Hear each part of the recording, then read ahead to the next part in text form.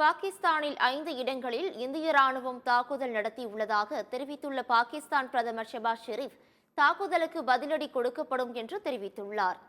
பாகிஸ்தானில் உள்ள பயங்கரவாத முகாம்கள் மீது இந்திய ராணுவம் அதிரடி தாக்குதல் நடத்தியுள்ளது. இந்த தாக்குதலில் பயங்கரவாதிகள் சிலர் இறந்ததாக கூறப்படுகிறது.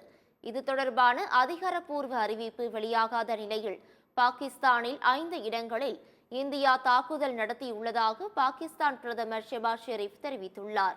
இந்தியாவின் தாக்குதலுக்கு பதிலடி கொடுக்கப்படும் என்றும் கூறியுள்ளார். இந்தியா போரை தூண்டுவதாகவும் அவர் குறிப்பிட்டுள்ளார். இந்நிலையில் இந்த பரபரப்பான சூழ்நிலையில் தேசிய பாதுகாப்பு குழு கூட்டத்திற்கு பாகிஸ்தான் பிரதமர் ஷெபாஸ் ஷெரீப் அழைப்பு விடுத்துள்ளார். இன்று காலை 10:30 மணிக்கு நடைபெறும் கூட்டத்தில் தாக்குதல் தொடர்பாக முக்கிய முடிவுகள் எடுக்கப்பட உள்ளதாக கூறப்படுகிறது. இந்நிலையில் இந்திய ராணுவத்தின் துல்லிய தாக்குதலால் பாகிஸ்தானின் முசாராபாத் நகரம் இருளில் மூழ்கியது. இந்தியாவின் தாக்குதலை தொடர்ந்து லாகூர், பஞ்சாபில் அவசர நிலை பிரகடனம் செய்யப்பட்டுள்ளது. மேலும் போர் பதற்றத்தால் பாகிஸ்தானில் உள்ள விமான நிலையங்களும் மூடப்பட்டுள்ளன.